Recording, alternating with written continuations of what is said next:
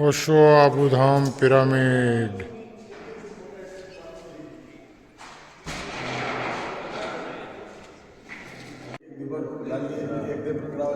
राजू भाई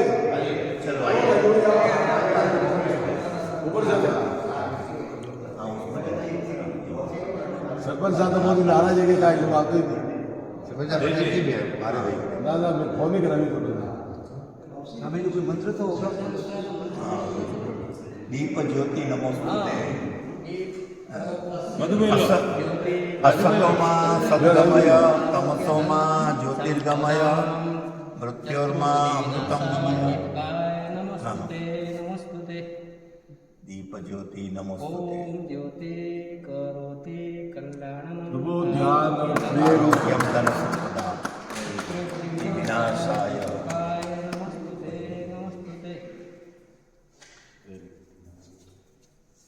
बहुत अच्छे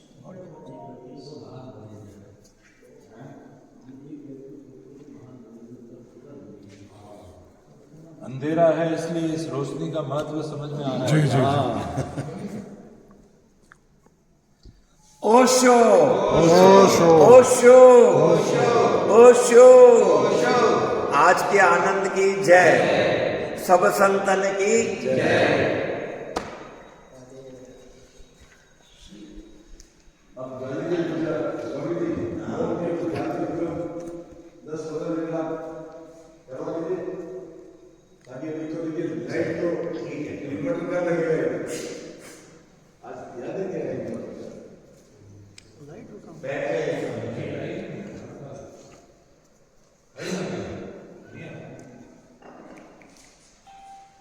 आगे से आवाज आ रही आगे आगे आ जाओ सर।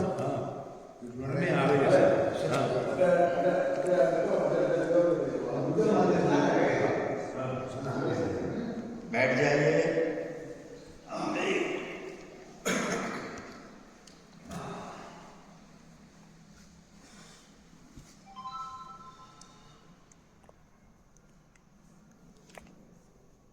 प्यारे सत्संग मित्रों, आज की संध्या की पावन बेला में मैं हृदय पूर्वक आप सभी का इस ज्ञान मंदिर में स्वागत करता हूँ। आप सब पर सद्गुरु ओशो की आशीष बरसे, यही शुभकामना प्रेषित करता हूँ। आज का दिन विशेष रूप से महत्वपूर्ण है। 36 साल पहले 19 जनवरी 1990 को प्यारे ने चौका छोड़ा था और वे अस्तित्व के अभिन्न हिस्से बन गए। तो कहीं नहीं गए हैं। शरीर में जो आबद्ध चेतना थी, चैतन्य था, वो पक्षी और विराट हुआ और शरीर के बंधनों से मुक्त हुआ और पूरे अस्तित्व में फैल गए। उन्होंने वादा किया है, प्यारे ने वादा किया है कि शाम का 7 बजे का जो समय है, उस वक्त अगर आप मुझे पुकारोगे तो मैं बहुत आसानी से आपके साथ कांटेक्ट कर पाऊंगा, संपर्क कर पाऊंगा। वैसे तो ऐसी चेतनाएं 24 घंटे उपलब्ध होती हैं, लेकिन कुछ विशेष समय होता है जब हमारा संबंध बहुत आसानी से हो जाता है। तो सद्गुरु ओशो ने शाम का 7 बजे का समय चुना है अपने प्रेमियों के लिए।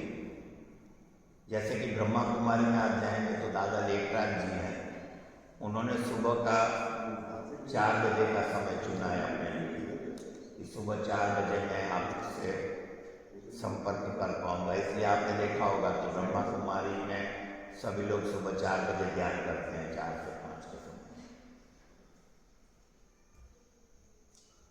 तो 7 बजने को है और उसके पहले हम प्यारे की याद में कुछ ध्यान के प्रयोग सीखेंगे। हजारों प्रयोग उन्होंने बताए हैं। एक ओशो सन्यासी ने उस पर रिसर्च किया है, पूरे जीवन में ओशो ने कितनी विधियां बताई, तो पता चला कि उन्होंने 3000 विधियां बताई। 3000।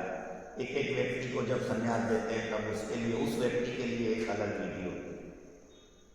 लेकिन हम शिविरों में करीब में 15 ध्यान हैं उनके ओशो के, उसके प्रयोग होते रहते हैं। और यहाँ मेरा भाव है कि 65 छोटी छोटी वीडियो का हम प्रयोग करें। बहुत छोटी, बहुत सरल। पहले तो ये मान्यता और ये ख्याल छोड़ दें कि ध्यान कठिन है। ध्यान बहुत सरल है, क्योंकि वो स्वयं से साक्षी है। कहीं जाना नहीं है, कहीं पहुंचना नहीं है। सब दौड़ और सब यात्रा रोक कर वहीं आ जाना है जहाँ हम हैं। सभी बड़ी यात्रा छोड़ के स्वयं में स्थित हो जाना है ध्यान। तो ध्यान नया जन्म है, स्वयं में, स्वयं से और स्वयं का। ध्यान नया जन्म है, स्वयं में, स्वयं से, स्वयं का। आपका ही नया जन्म होता है, आपके द्वारा ही होता है। और आप ही हो। जे कृष्णमूर्ति कहते हैं यू आर द वर्ल्ड। आप ही विश्व हो, आप ही ब्रह्मांड हो।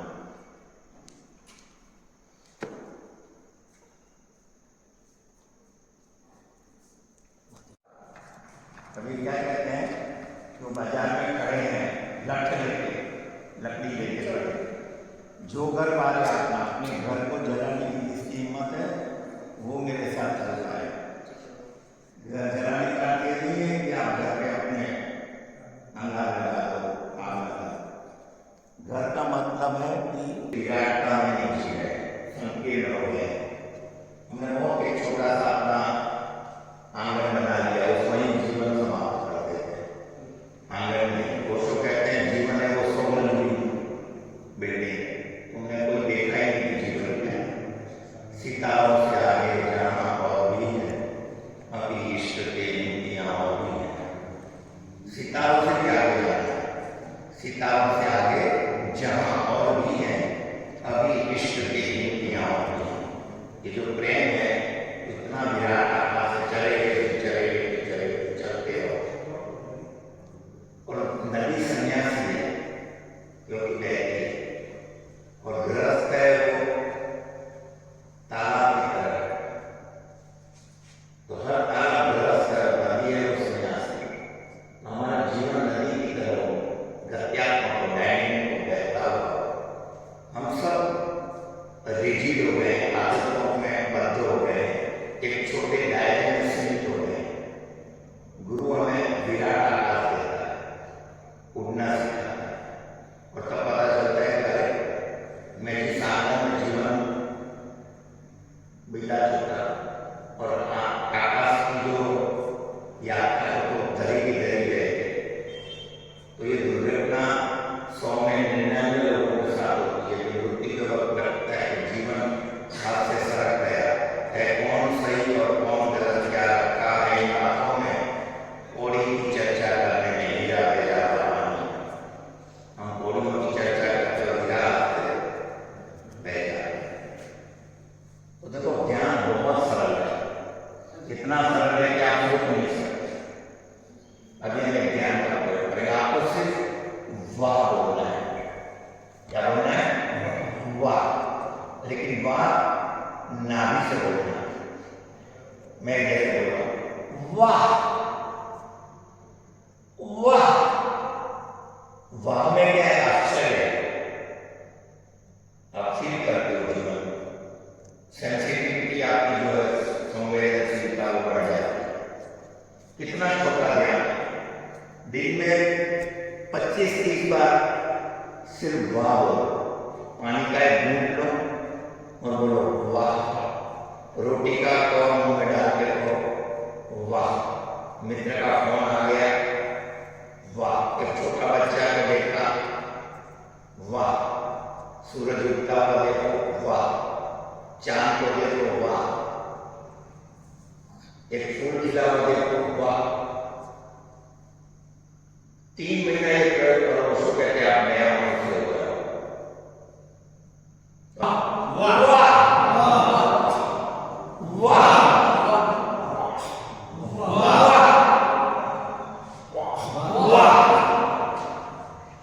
वाह देखो, भारत में ऋषियों ने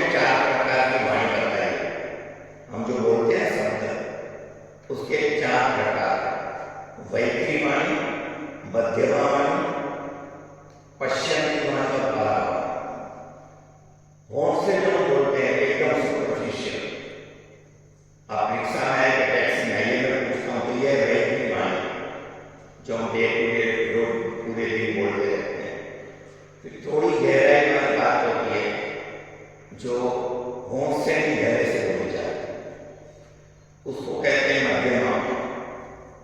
फिर और गहरी वाणी है जो हृदय से बोली जाती है, उसको हम पश्चिम की कहते हैं। और इससे भी जो गहरी, जो हम नाभि से बोलते हैं, उसको परावाणी कहते हैं। तो ओशो प्रवचन है या नाभि और बुद्धि के प्रवचन है वो परावाणी, और उसको आश्वानी कहते हैं संस्कृत में। एक दूसरा शब्द है आश्वानी। तो जब भी आप वाणी का प्रयोग करें तो ध्यान रखें कि ये वाणी नाभि से आती है, तो आपके जीवन में आमूल रूपांतरण हो जाए। ठीक है। अब दूसरा प्रयोग है कि आंख बंद करें, रीढ़ को सीधी करें, चेहरे पर एक मधुर मुस्कान लेके आए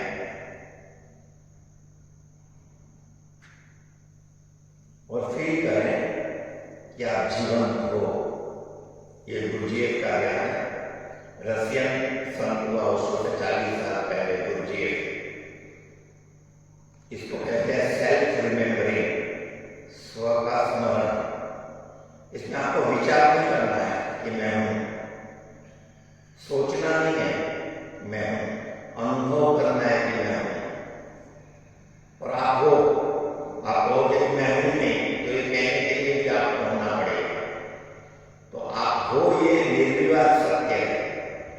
लेकिन हम विचारों में उलझे तो हम कभी प्रतीति में नहीं जीते कि मैं हूं। ये 3 मिनट आपको बोध से भर जाना है कि मैं हूं, अपने होनेपन को फील करना है। शब्द का उच्चार नहीं, वाणी का प्रयोग नहीं करना, अपने होनेपन को महसूस करें और आपको समझ में आ जाएगा कि मैं हूं। बिना शब्दों के भी मैं हूं, बिना भाषा के भी मैं हूं। शुरू करें।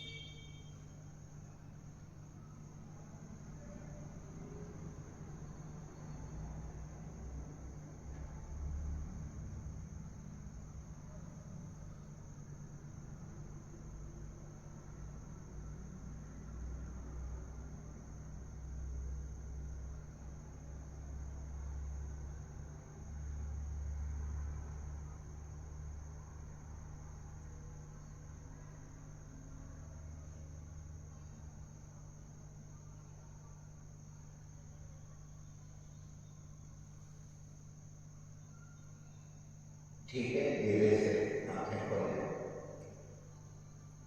ये जो ध्यान है इसको सेल्फ रिमेम्बरिंग कहते हैं, स्व का स्मरण, स्व का निरीक्षण।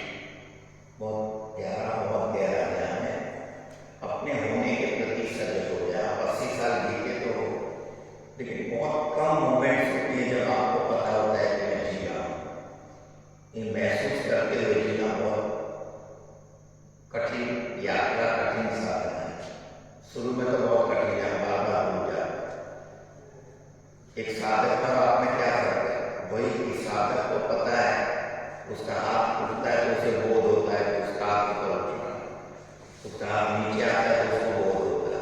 आपका ये हाथ ऊपर ऐसे ही चला जाता है, यंत्र की तरफ नीचे आ जाता है, बोध नहीं होता उसके बारे में। You are not notice. बस ये बात आ गई, ये भूल पकड़ में आ गया, नेक पकड़ में आ गया, तो आप साधक। आप चल रहे हो तो बोध होना चाहिए, शरीर चल रहा है। आपकी शरीर की हर गतिविधि के प्रति आपको जागरूक होना है, तो आप साधक होगा।